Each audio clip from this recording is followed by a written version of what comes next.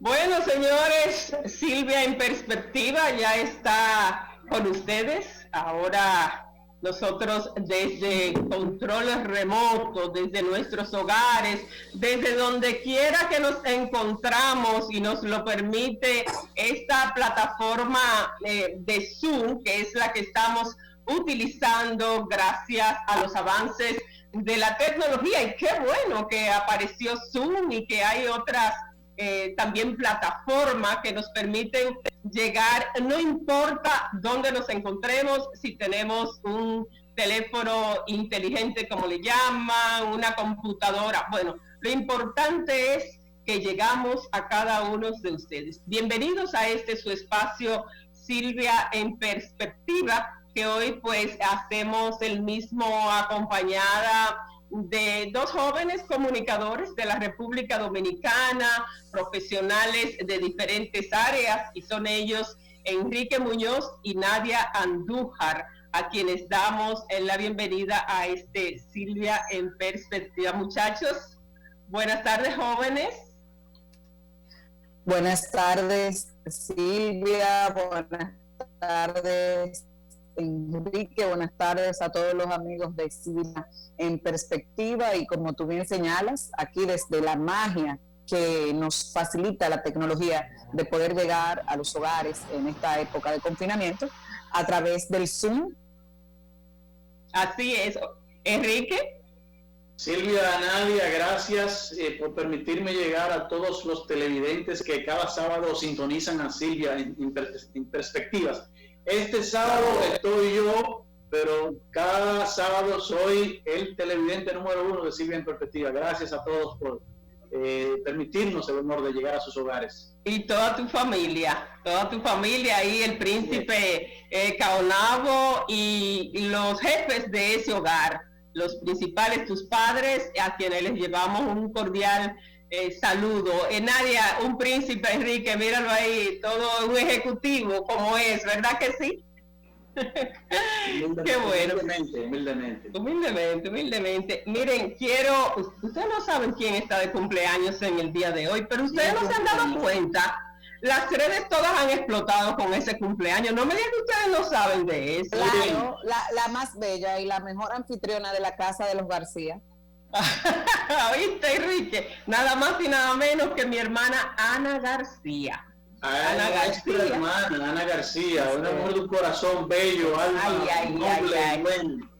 Ahí se pararon las aguas realmente con esa hermanita que es todo amor, que es, yo siempre digo que si tuviera un poquito del dinamismo y del carisma y de cómo es Ana, ya uno hubiese volado un poco alto realmente, porque ella es así, con una familia hermosa. Ahora mismo están en Italia, en confinamiento total. Me decía hoy cuando hablábamos en la mañana que realmente hay un rebrote, o sea, es para atrás que ha ido esto de la pandemia. En vez de avanzar en positivo para irse, para desaparecer, entonces parece que las cosas no están bien en los países. Pero no solo Ana está de fiesta hoy de cumpleaños, sino que aquí en la República Dominicana está de cumpleaños el maestro César Gómez. César Gómez era el maestro de Ana y yo, y sigue siendo el maestro de teatro. Era nuestro director de teatro, el grupo, director de la Escuela de Publicidad de la Universidad Autónoma de Santo Domingo. Él está en confinamiento también en su casita, y como mi maestro, mi director, una persona a quien respeto y respetaré siempre, admiro, quiero, adoro a nuestro maestro César Gómez. Que Dios le dé una larga vida, con una óptima, con mucha salud, junto a toda su familia. Y estuvieron también de cumpleaños mi gran amigo Abel Solano de Truck Bridges Auto Import y Edward Jaques. El día 8 ellos celebraron sus cumpleaños. Así es que para Ana, César, Abel y Edward, Dios los felicidades. De muchos años de vida. Así es. Nadia, Enrique, tiempo de COVID. Mira, bueno, Silvia, tiempo de COVID y para largo. El país está en una situación verdaderamente delicada, simplemente por el hecho de que estamos llegando al límite de ocupación de las camas, de las camas hospitalarias. Y cuando eso pasa, eso significa que toda gota que caiga después de llena la copa va a caer fuera. En palabras llanas, cada persona que enferme después de terminada la capacidad hospitalaria corre alto riesgo de morir, y es de aquí donde lleva la necesidad de entrar en un estado de cuidado de la población, lo que llamamos cuarentena y las demás medidas de prevención de este virus, que tiene en la República Dominicana una tasa de letalidad relativamente baja, gracias al empeño y al esfuerzo que se ha hecho las autoridades dominicanas, así como el entendimiento de la problemática de parte de la población. Sí es, y mandábamos, todavía me asombro cuando hay personas que contestan, por ejemplo, mandábamos un Twitter y hacíamos referencia, Nadia, Enrique, amigos y amigas televidentes, a las fiestas, a las caravanas, a las celebraciones, pero de todos, o sea, no de un partido en particular. Entonces decíamos que está en la conciencia de la gente, o sea, la celebración, usted tiene oportunidad de celebrar con su familia, en su casa, ¿verdad? Levantando una copa, escuchando una canción, escuchando música, tocando un pito en su balcón, en la galería, como usted quiera. Es una manera de usted celebrar triunfos, de usted celebrar antesalas de triunfo y todo eso, pero estamos en medio de una pandemia. Y me decía, perdón Nadia, me contestaba alguien hoy en Twitter que eso yo no lo decía cuando se salía a echar combustible en los tanques, a regar panes y eso, aludiendo a la campaña del candidato Gonzalo Castillo. Hasta ese punto llega la inconsciencia del ser humano. O sea, uno está llamando a la conciencia, al cuidado, a de que existe real y efectivamente un peligro de muerte en estos momentos. Así es, mira, esto de Enrique habla del cuido y que evidentemente las autoridades no se puede desconocer que han jugado un papel extraordinario dentro de esta situación, que no lo decimos nosotros, sino los mismos organismos internacionales, que son los que se encargan de establecer el protocolo y llevar las estadísticas de los casos de contagios, así como de los casos de muerte producto de esta pandemia. Una pandemia que sorprendió al mundo, que sorprendió a todos los países, y que países muchísimo más avanzados que nosotros, con sistemas sanitarios totalmente estructurados, pues colapsaron, como el caso de España, de Italia, el mismo Estados Unidos y demás. Porque hay un 50%, y es más, yo diría más que un 50%, un 60% y hasta un 100% de responsabilidad de manera particular e individual de cada uno de nosotros, de guardar las debidas medidas, el debido distanciamiento para nosotros cuidarnos. El Estado implementa las políticas públicas, el tema de facilitar los alimentos, a través de los programas que tiene para ir en socorro de los más necesitados, con el tema de las tarjetas de solidaridad, ampliar el tema de los alimentos y demás. Pero de manera particular es responsabilidad de cada uno de nosotros velar por preservar nuestra salud y nuestras vidas. Y ha habido un desbordamiento, no solamente de un candidato en el momento de la campaña, porque también esto nos sorprende en una situación de mucha crisis política, producto de unas fallidas elecciones, una parte de la población entonces que sale a manifestar, otro grupo que entiende que esta pandemia se politizó. Entonces, fueron muchas circunstancias en las que esta pandemia nos sorprende.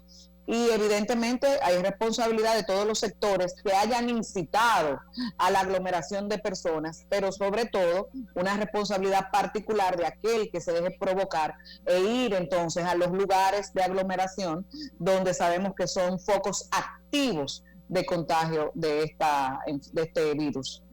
Así es, y la Organización Mundial de la Salud, que estos días ha tenido que también retroceder en cuanto a las investigaciones y a lo que había manifestado en el sentido de que este virus era mayormente transmitido por los estornudos, por las salivas que pueden salir. Sin embargo, hoy se dice y lo han manifestado de que existe la posibilidad que el virus también esté en el aire. Entonces ahí viene el aspecto de los espacios cerrados y todo eso que decíamos que era mejor en los espacios abiertos.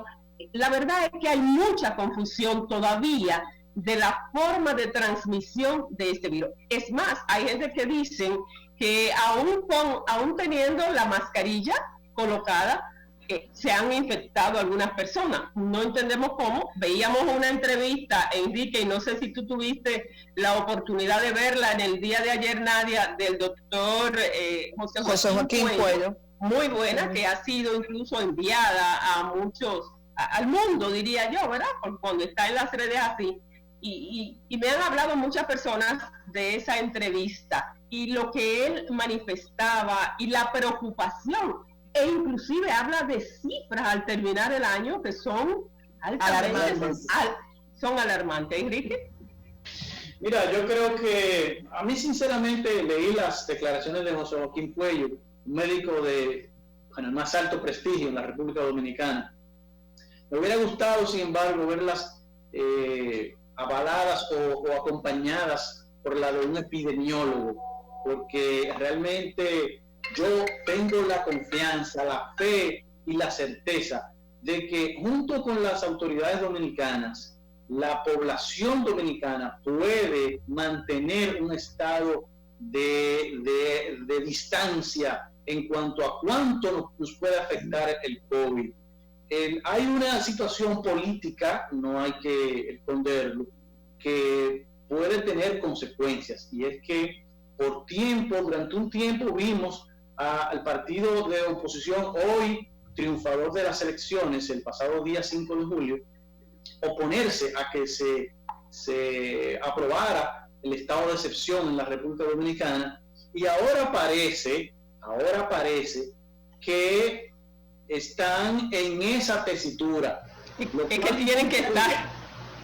Lo cual implicaría su aceptación y, más que eso, su aprobación. Entonces, cuando tú entras en una contradicción contigo mismo, cuando por un lado dijiste que ya no era necesario porque se estaba usando para política, porque ya la situación estaba controlada, tener que aprobarlo ahora y devolver a esa medida es muy difícil. Ser coherente en política es extremadamente difícil. Yo lo entiendo. Hace unos días escribí un artículo sobre eso. Y creo que en lo sucesivo del programa tocaremos algunos temas sobre los cuales versaremos y tocaremos con lo que es la coherencia en política. Ahora veremos la necesidad de aquellos que dijeron que no, ahora deberán decir que sí, porque la necesidad, porque la salud de la gente lo impone. Y porque realmente no era un asunto político, sino una pandemia real en el mundo entero. Pero además, evidentemente, pero tienes que decirte entonces, y eso tiene mucho peso. Pero además hay que, no solamente en República Dominicana, en otros países, en un momento que decidieron aperturar, independientemente de las coyunturas políticas que existieran, tuvieron entonces que de nuevo implementar medidas y retroceder, y las etapas de desescaladas que implementaron en un momento determinado, pues tener que volver al principio. A eso usted le suma entonces que en un momento que se apertura el país, que se quita ya el estado de excepción, pero el mismo ministro de Salud Públicas declara entonces que estamos en un estado de pandemia nacional. Tú dices, bueno, qué contradicción, al mismo tiempo que ya se apertura prácticamente el país al turismo a partir del 1 de julio, pero estamos en pandemia nacional, eso limita. Vemos ya como países como Italia prohíben la entrada a su territorio de personas que provengan de República Dominicana por el gran incremento de contagios que ha existido en los últimos días, producto precisamente de esa apertura. De 14 países, prohibió de 14 países. Así es, cediendo a las mismas presiones políticas que existían en el momento, donde nosotros deberíamos pues haber implementado y doblar los esfuerzos para obligar, porque así es que hay que decirlo, al confinamiento en el país. Esto entonces hace que uno se cuestione y diga que el recién electo gobierno va a encontrar una situación un poco cuesta arriba en el sentido de que si tomar la decisión realmente de cerrar una vez más el país, de implementar medidas, de declarar un estado de excepción, y esto entonces sumado a un decrecimiento, vamos a decir, de la economía, a sectores como el turismo precisamente, que impactaban de manera directa en el crecimiento económico de República Dominicana. Y las mismas remesas. Las remesas, porque ¿qué pasa?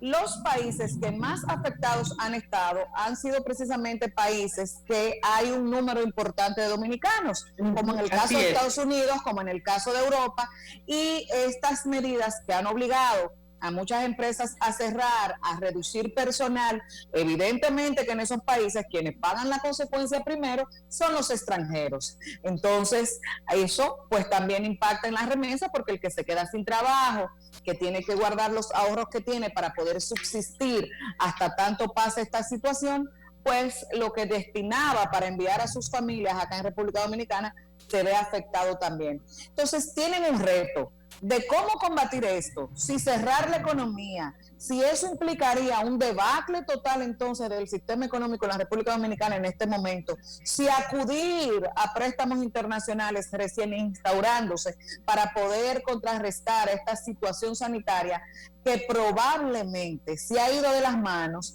y que nosotros, o de manera general, no se ha puesto en el tapete. Aunque por otro lado hay que decir que el mismo gobierno saliente ha manifestado y ha dicho, a propósito de las dudas que siempre se ha tenido de los números que se muestran en los informes de salud pública, que la mayoría de las pruebas que se han hecho, más del 80% aproximadamente de las pruebas que se hacen en laboratorios privados.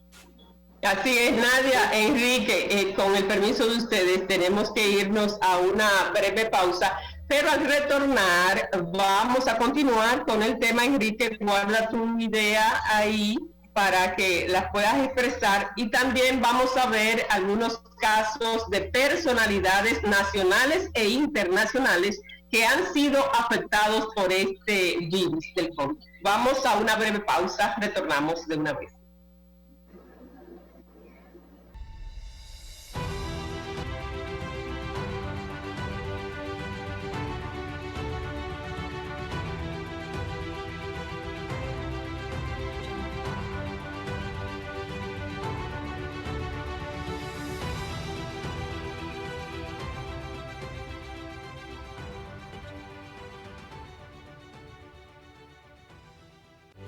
¿Qué nos hace grandes? Somos grandes porque en situaciones difíciles nunca perdemos. Nunca perdemos la fe, nunca perdemos la esperanza, nunca perdemos el optimismo. Somos grandes. A la hora de darnos fuerza y apoyo, para los dominicanos el tamaño no importa. Aquí todos somos gigantes cuando nos toca ser solidarios. Nos hacen grandes nuestras tradiciones. Nos hace grandes nuestra capacidad de amar y sorprender, reír y llorar. De celebrar nuestros triunfos, nuestras luchas y nuestros sueños. Todos como uno en cualquier lugar del mundo donde haya un dominicano. Y saber que cuento con un hermano donde sea que otro se encuentre, aunque nos separen océanos y continentes. Esto que vive en cada dominicano nos motiva, nos empuja, nos inspira y nos sostiene. Por eso vamos a vencer y salir adelante más fuertes, más agradecidos y mejores. Este es el momento donde los dominicanos vamos a mostrar por qué somos grandes.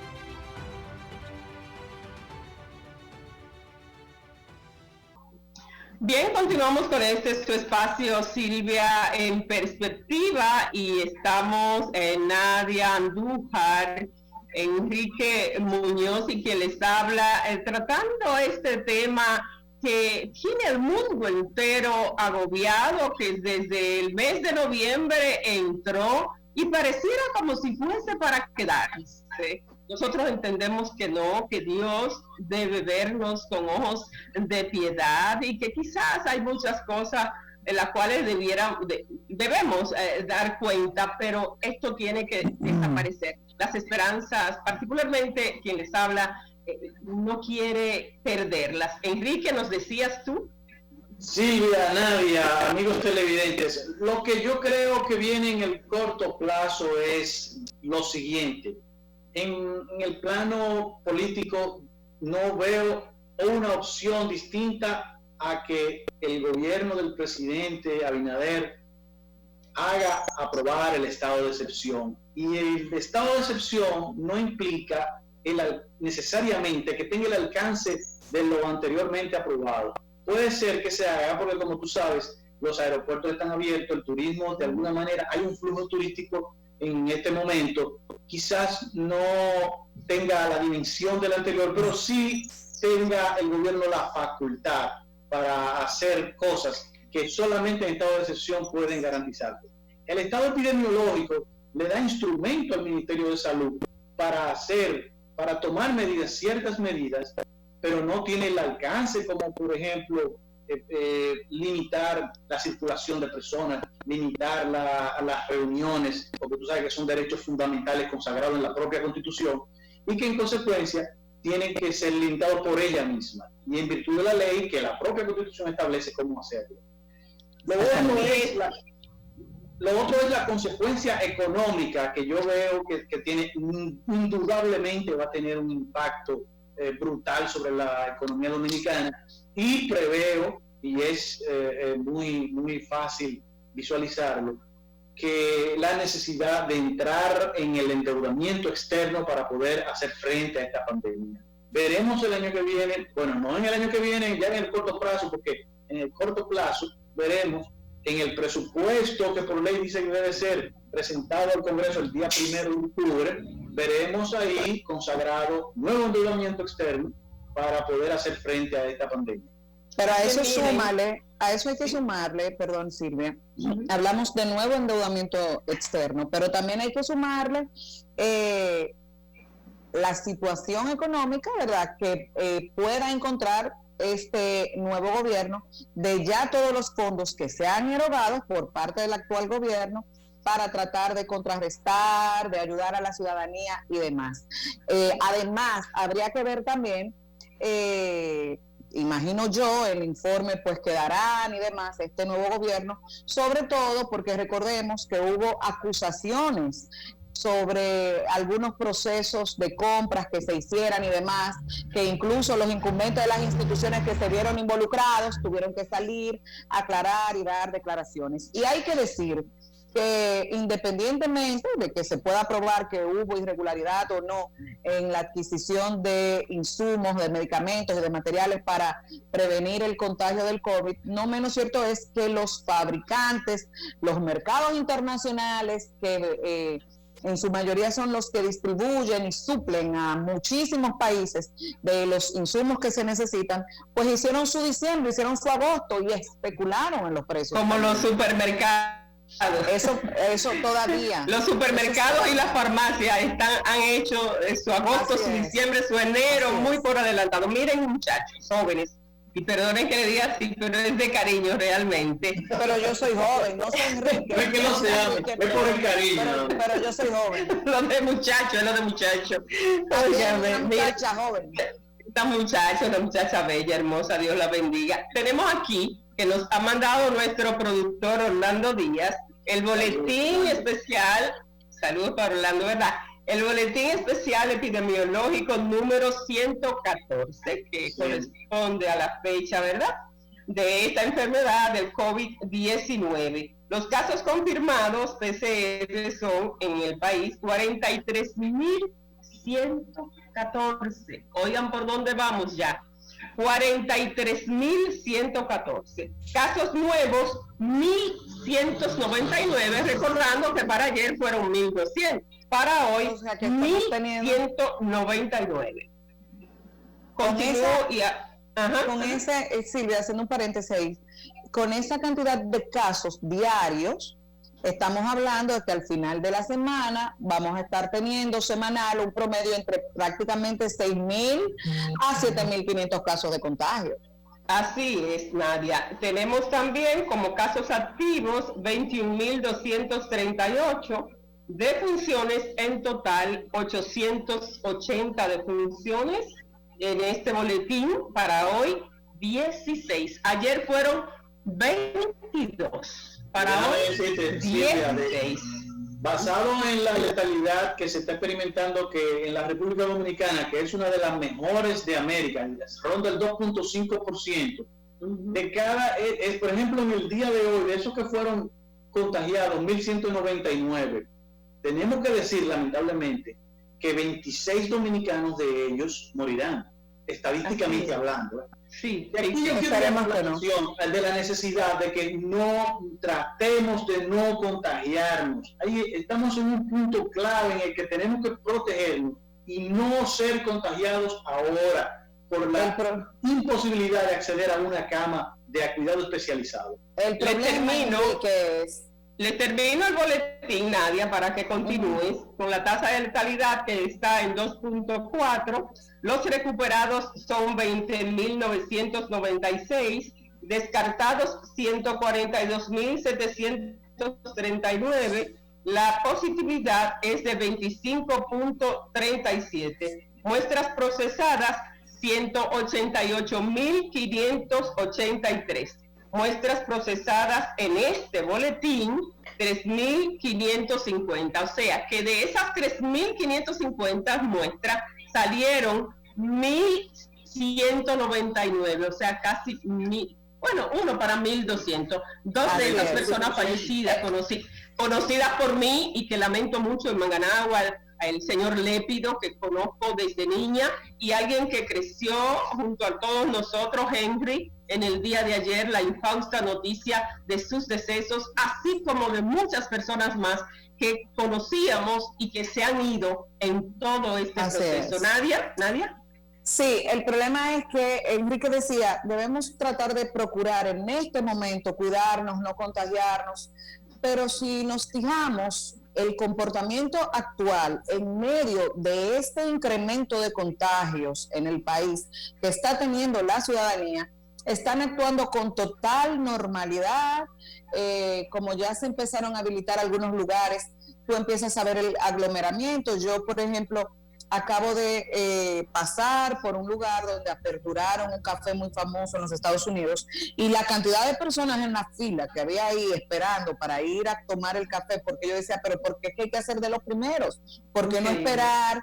Increíble. Entonces, eso, mira, esa posposición del estado de excepción, de que primero 25 días, de que después 17, de que después 12, de que no, que eso es político, de que esto, que lo otro, hizo de cierta manera. Y el pleito para aprobarlo. Exactamente, que la ciudadanía le perdiera, vamos a decir, como miedo a la realidad de la situación. Y a esto usted le suma además que como dominicanos peculiares que somos, nos ponemos la careta, pero nos la ponemos aquí abajo. O sea, tú te pones la careta, la mascarilla, pero se la bajan aquí. Y entonces no están haciendo nada. Nadia, había que ver, y yo me quedé boquiabierta, o sea, yo no lo podía creer el día que se levantó lo del toque de queda. ¿Recuerdan ustedes? Ese día de diciembre parecía como cuando hay una película que hay en una celda mucha gente presas, o sea, están encerrados, ¿verdad? Presos por algún crimen, algún delito, y viene de repente alguien y se roba la llave y abre la puerta y todo el mundo sale corriendo a irse despavorido. Eso era lo que yo veía en mi mente, mi imagen, eso era lo que llegaba. Fiestas, colmadones, ¿sí? Hay dos cosas, hay dos hechos que han determinado un estado de relajación en el pueblo dominicano, y es el final del toque de queda y el segundo, la celebración de las elecciones. La gente entendió que cerraba ciclo con ellos y psicológicamente, emocionalmente, se desconectó del tema del peligro que representa el virus. Y eso hay que remachar sobre eso, porque la gente debe entender que la situación, lejos de terminar, ha empeorado ahora en este momento. Y entonces existe la necesidad de que nosotros redoblemos nuestras medidas. Sí, la medida de precaución, redoblemos la distancia. Ahora, señores, está 10 veces más peligroso que cuando todos nos fuimos a casa y comenzamos a las 5 de la tarde a entrar a nuestros hogares. Es importante volver sobre eso para que la gente entienda que está sobre peligro ahora, mucho más que lo que estuvo en un principio.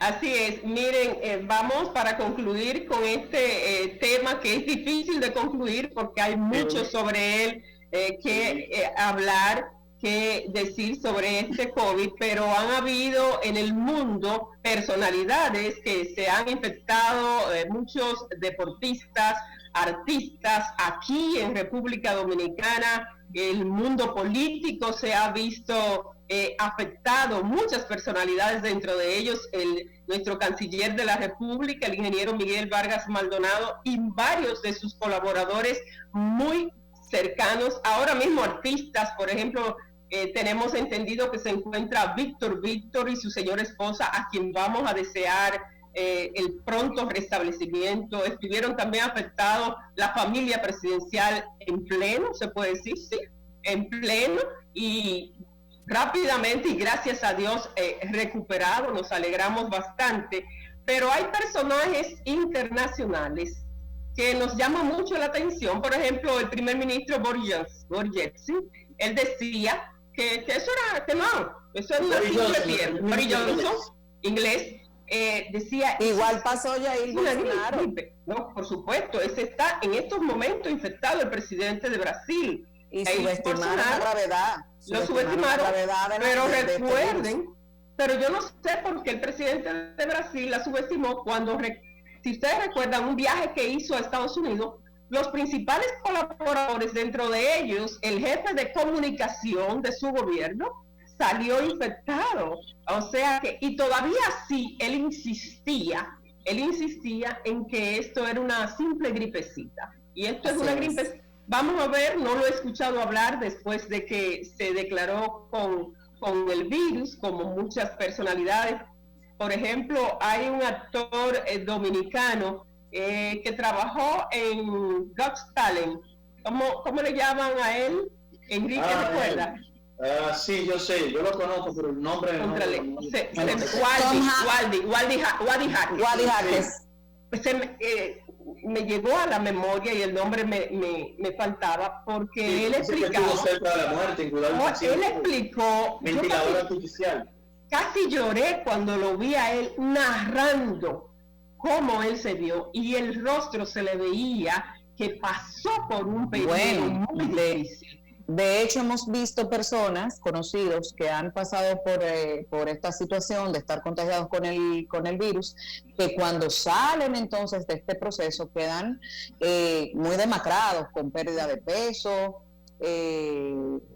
porque ciertamente afecta. Y los testimonios es que a los que le ha tocado fuerte, porque algunos han sido asintomáticos, otros pues muy leve los síntomas, pero los testimonios de aquellos que le ha tocado fuerte es que ciertamente es una situación incómoda, desesperante, la ansiedad que genera en ellos el tú estar pendiente de si te vas a complicar o no, la falta de aire, y encima de eso el total aislamiento que debe tener la persona, el paciente, para poder proteger esa soledad. Y decíamos, y en el Parlamento Centroamericano, que de la mano del Parlacén, Rusia trae a Centroamérica, a Latinoamérica, un fármaco que va a estar, parece, trabajándose en toda la región. Y nosotros pues entendemos que este virus, aparte del síntoma, de los síntomas, de cómo te coloca, la salud mental del ser humano va a ser y está siendo muy lacerada. En ese sentido, el Parlamento Centroamericano, pues hicimos una especie de conferencia taller, llevando conferencistas psiquiatras, que de República Dominicana estuvo el doctor Guerrero Heredia exponiendo 3 exposiciones excelentes, precisamente hablándonos de lo que va a quedar, de las secuelas que van a quedar de todo esto en el aspecto mental. Pero nosotros debemos ir, Nadia y Enrique, ahora a una breve pausa, y al retornar nos toca hablar del proceso pasado de campaña, de cómo fue, pero sobre todo de qué pasó después en las elecciones y después de las elecciones, que ya hasta los decretos, prácticamente muchos, están en el aire. Así es que vamos a una pausa y retornamos de una vez.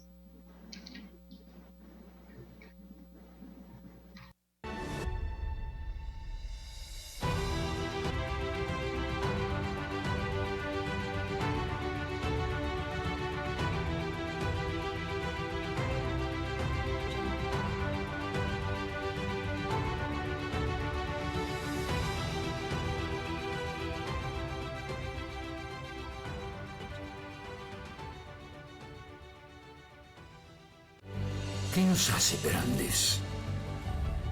Somos grandes porque en situaciones difíciles nunca perdemos. Nunca perdemos la fe, nunca perdemos la esperanza, nunca perdemos el optimismo. Somos grandes. A la hora de darnos fuerza y apoyo, para los dominicanos el tamaño no importa. Aquí todos somos gigantes cuando nos toca ser solidarios. Nos hacen grandes nuestras tradiciones. Nos hace grandes nuestra capacidad de amar y sorprender, reír y llorar. De celebrar nuestros triunfos, nuestras luchas y nuestros sueños. Todos como uno en cualquier lugar del mundo donde haya un dominicano. Y saber que cuento con un hermano donde sea que otro se encuentre, aunque nos separen océanos y continentes. Esto que vive en cada dominicano nos motiva, nos empuja, nos inspira y nos sostiene. Por eso vamos a vencer y salir adelante, más fuertes, más agradecidos y mejores. Este es el momento donde los dominicanos vamos a mostrar por qué somos grandes.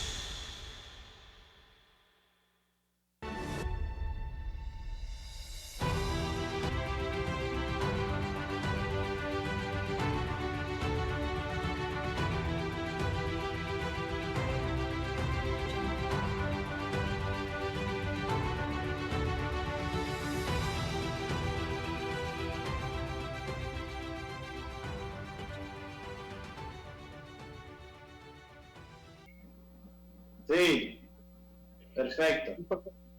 Dime, Jesús. Okay, thank you.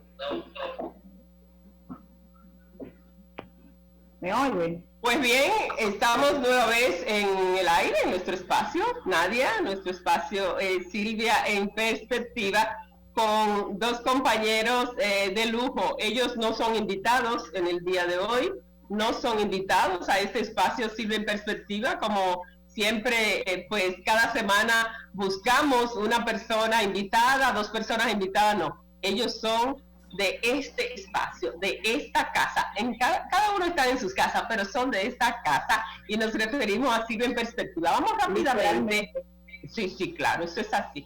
Vamos en el tiempo que nos queda de programa de la hora. Ustedes se emocionaron mucho con lo del COVID y quedaron cosas, porque si mencionábamos tanta gente que fueron infectadas, bueno, de la vida pública.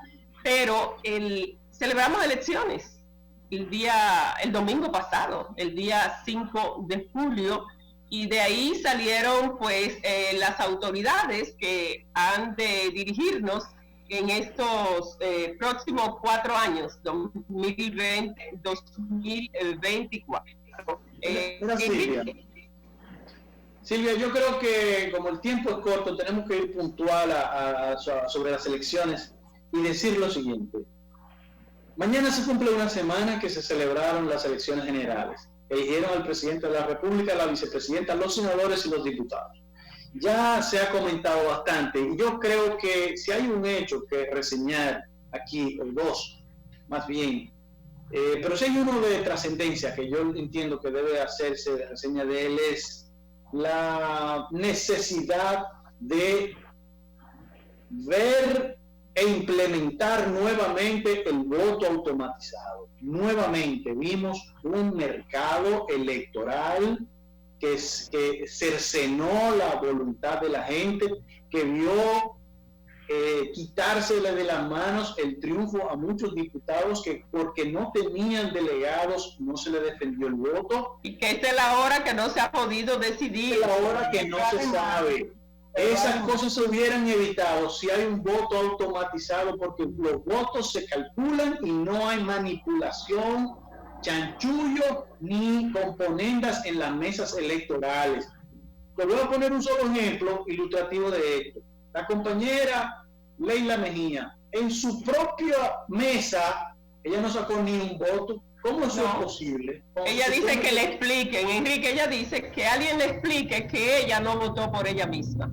Eso es inexplicable. Entonces, evidentemente que ahí lo que se armó fue un mercado. Eso lo hemos dicho nosotros. Y esto es lo que debe dar pie. Pero muy burdo, porque por lo menos, si saben que hay un candidato dentro de eso, por lo menos déjenle ese voto. Pero claro, pero yo creo que esto debe dar pie a que nosotros retomemos el tema de la utilización del voto automatizado, que no lo descartemos y que porque algunos lo hayan satanizado por conveniencia coyuntural, no debemos nosotros de renunciar a él. Todo lo contrario, hay que fortalecerlo y trabajar sobre él y volver nuevamente a implementarlo, porque yo creo que una de las garantías principales que tiene la democracia dominicana, que tiene el elector, que es un líder en su demarcación, pero que no tiene dinero para hacer lo que muchos hacen en las mesas electorales, tenga como posibilidad de llegar a una curul, ya sea en el Congreso o en uno de los municipios. ¿Nadia? Pero mira, el voto automatizado, si bien es cierto que hay que volver para garantizar, que debe ser lo primordial, garantizar ciertamente unos resultados transparentes de las elecciones, hay que verlo en contexto general. La mayoría de los países que lo han implementado han retrocedido por H o por R a su sistema tradicional de votación. Pero independientemente de eso, hay otros... Pero ocurre, Nadia, perdón que te interrumpa. Nada más, un segundo nada más. Ocurre que hicimos eso, justamente eso hicimos, y volvimos al voto tradicional, volvimos a un mercado, pero y como si eso fuera poco, lo coronó los funcionarios de mesa que, según la presidenta de la Junta del Distrito Nacional, no sabían aritmética para cuadrar para cuantificar.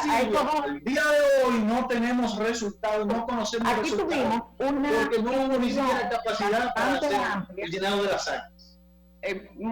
Ok, ahora Nadia, que te saliste del aire. Sí, porque entró una llamada. Aquí debatimos bastante, o en el país se debatió, sobre todo en la Cámara de Diputados, el tema de la aprobación de la ley de partidos políticos, que es también un ingrediente nuevo que se suma a este proceso electoral, pero que fue una ley que se aprobó en algunas, vamos a decir, sí se implementa la democracia, sí lo que establece la Constitución de la República, pero en otras, como el caso de la forma de selección del método de Homs para los diputados, yo entiendo que es discriminatorio, porque tú no puedes tener una metodología para los senadores y una metodología distinta para los diputados, porque ese método de Homs afectó el trabajo de muchos candidatos de manera independiente, que tal vez porque no, sus partidos, en sentido general, no colocaron la cantidad de votos necesarios, ellos de manera particular no pudieron ser electos cuando la mayoría habló a favor de esos candidatos, cuando tú de manera particular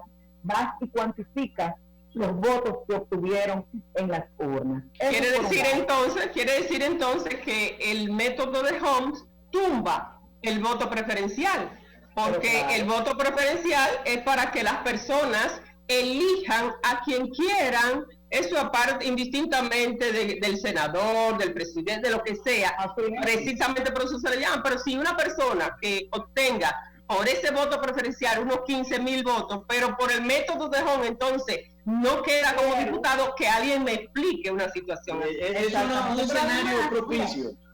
Y vimos un caso, por ejemplo, y yo lo viví en carne propia, con el tema de los regidores. ¿Por qué no poner también el voto preferencial? Evidentemente, tal vez estableciendo para garantizar que no se produzca igual ahí un mercado persa, porque evidentemente un regidor en sentido de nóminas, de compromisos, pues no, esa posición no permite ese tipo de cosas, pero que se establezca tal vez un límite de votos que debe un regidor alcanzar para poder resultar electo, y que sea igual de manera preferencial, porque nosotros vimos en nuestro partido cómo deja el candidato alcalde a todo el mundo enganchado, y nosotros entonces no pudimos ir, porque si bien teníamos que ir con votos nuestros, pero teníamos que ir con un candidato alcalde. Un alcalde, claro.